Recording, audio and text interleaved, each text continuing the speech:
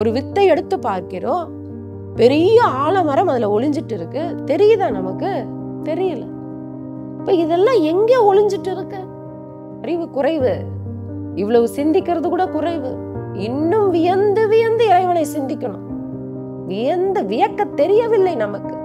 துன்பம் இல்லாத அந்த உயர்ந்த ஒரு அறிவுடையவர்களுடைய நிலைப்பாடு எப்படி இருக்கு பாருங்க. ஏன் அவங்க அவ்வளவு ஒரு சிறப்பு புகழ் உடையவர்களாக திகழ்ந்தார்கள் என்றால், பெருமானார் சொல்லுவாரு, உள்ளும் புறமும் வள்ளல் இருக்க வாட்டம் என் மனமே என்பது போல அதியமான் சொல்கிறார். 3வது பாடல் அதியமான். கடையேழு வள்ளல்களில் ஒருவராக போற்றப்படும் அதியமான் இயற்றிய பாடல். கருப்பைக்குள் முட்டைக்கும் கல்லினுள் தேரைக்கும் விருப்புற்று அமுதளிக்கும் மெய்யன் உருப்பெற்றால் ஊட்டி வளர்க்கானோ, ஓ கெடுவாய் அண்ணாய் கேள் வாட்டம் உனக்கேன் மகிழ். அம்மா,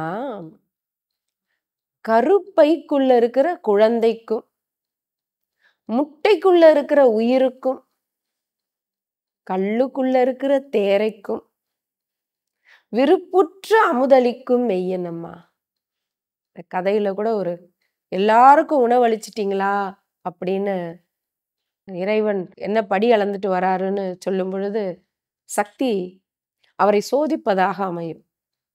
கணபதியோடும் முருகனோடும் சேர்ந்துட்டு உங்க அப்பா எல்லாருக்கும் படி அளந்துட்டு வராருல்ல அப்படின்னும் போது, முருகன் அப்பா பிள்ளை, ஆமா எங்க அப்பா யாருக்கும் படி அளக்காம வரமாட்டாரு.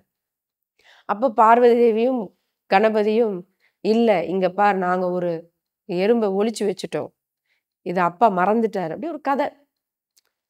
அப்ப சிவபெருமான் வருவார், படி அளந்து விட்டு வருவதாக ஒரு கதை. என்னங்க எல்லாருக்கும் படி அளந்துட்டீங்களா? எல்லாருக்கும் இன்னைக்கு படி அளந்தாச்சு. அவரவருக்கு உரிய வகையில் படி அளந்தாச்சு. அவரவர் தகுதிக்கும் தரத்திற்கும் ஏற்றாற் போல, கர்ம வினைகளுக்கு ஏற்றாற் போல படி அளந்தாச்சு. ஆனால் இல்லை, நீங்கள் ஒரு உயிருக்கு மறந்துட்டீங்க இன்னைக்கு படி அளக்க. இல்லையே, எல்லாருக்கும் அளந்தாச்சு. அப்போ ஒரு பெட்டியில் அடைத்து வைத்திருக்கும் ஒரு எறும்பை எடுத்து அம்மா காட்டுவாங்க. பாருங்க, இதுக்கு நீங்க அளக்கல, இன்னைக்கு நான் இதை ஒளிச்சு வச்சேன். இப்போ முருகன் பார்ப்பாரு, இல்லை எங்க அப்பா அளந்துட்டு இருப்பாருன்னு அவர் ஒரு நம்பிக்கையோட சொல்லியிருப்பாரு. பார்த்தா அந்த பெட்டிக்குள்ள ஒரு சின்ன அரிசி இருக்கும். ஒரு கதை. இது என்ன சொல்ல வருகிறார்கள் என்றால், இறைவனினுடைய கண்ணிலிருந்தும் கருத்திலிருந்தும் பார்வையிலிருந்தும் யாரும் தப்ப முடியாது. எல்லாரையும் அவரு சரிசமமா பார்த்துட்டு இருக்காரு. அவரவரினுடைய வினைக்கு ஏற்றாற் போல, விதிக்கு ஏற்றாற் போல கண்டிப்பா அவர்களுக்கு உரியது அவர் படி அளப்பார் என்பது உறுதி.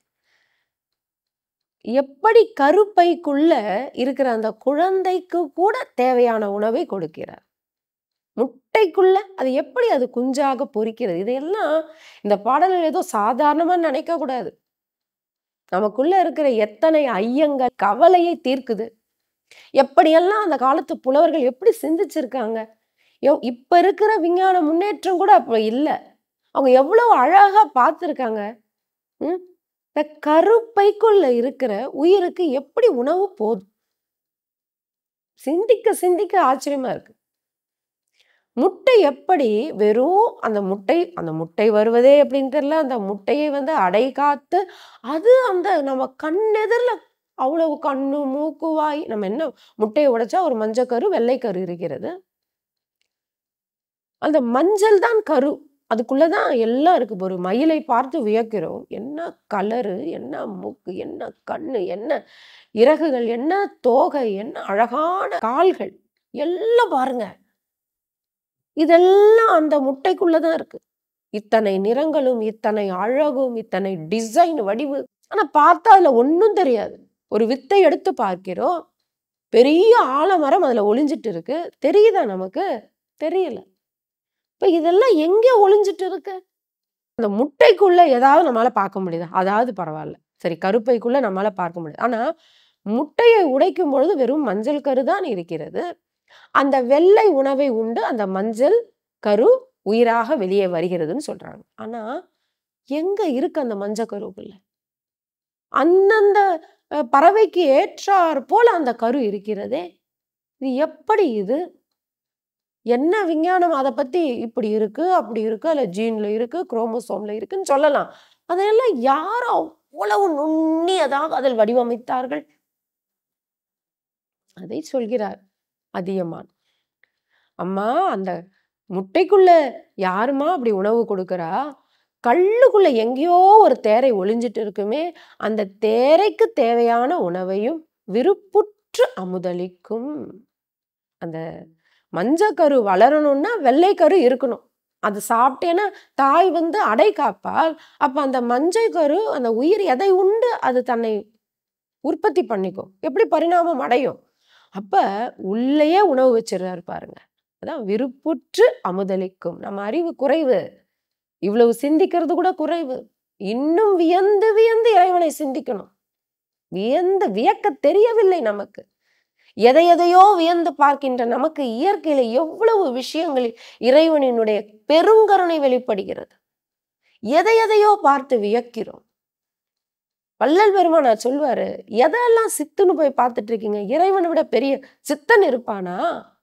வித்தெல்லாம் ஒன்றென்று நாட்டி அதில் விளைவு பல பல வேறென்று காட்டி சித்தெல்லாம் செய்தது பாரில் திருச்சிற்றம்பலத்தே திருநட ஜோதி என்பார். ஒரு வித்து போட்டு இவ்வளவு விளைவுகளை உருவாக்குற இறைவன் செய்யாத சித்தா இந்த உலகியல் மக்கள் செய்கிற சித்து? அந்த சித்தை பாரப்பா. உன் உடம்பே ஒரு சித்து களம். உன் உடம்புக்குள்ள எப்படி பேசுகிறாய், எப்படி பார்க்கிறாய், எப்படி நடக்கிறாய், எப்படி கேட்கிறாய், எப்படி உன் உணவு ஜீரணிக்கப்படுகிறது, எப்படி இத்தனை மண்டலங்கள் உனக்குள்ள ரத்த ஓட்ட மண்டலம், காற்றோட்ட மண்டலம், வெப்ப மண்டலம், தசை மண்டலம், நரம்பு மண்டலம், எத்தனை மண்டலங்கள் உள்ளே எப்படி அது பாட்டு இயங்கிட்டு இருக்க? இதையெல்லாம் யார் செய்கிறார்? இது பெரிய சித்து இல்லையா? இதையெல்லாம் வியப்பவர்களுக்கு இறைவனை விட இந்த உலகில் வியந்து பார்க்கக்கூடிய ஒரு பொருள் இல்லை. யார் செய்கிறார் இதையெல்லாம்? யாரால் இதெல்லாம் நடைபெறுகிறது?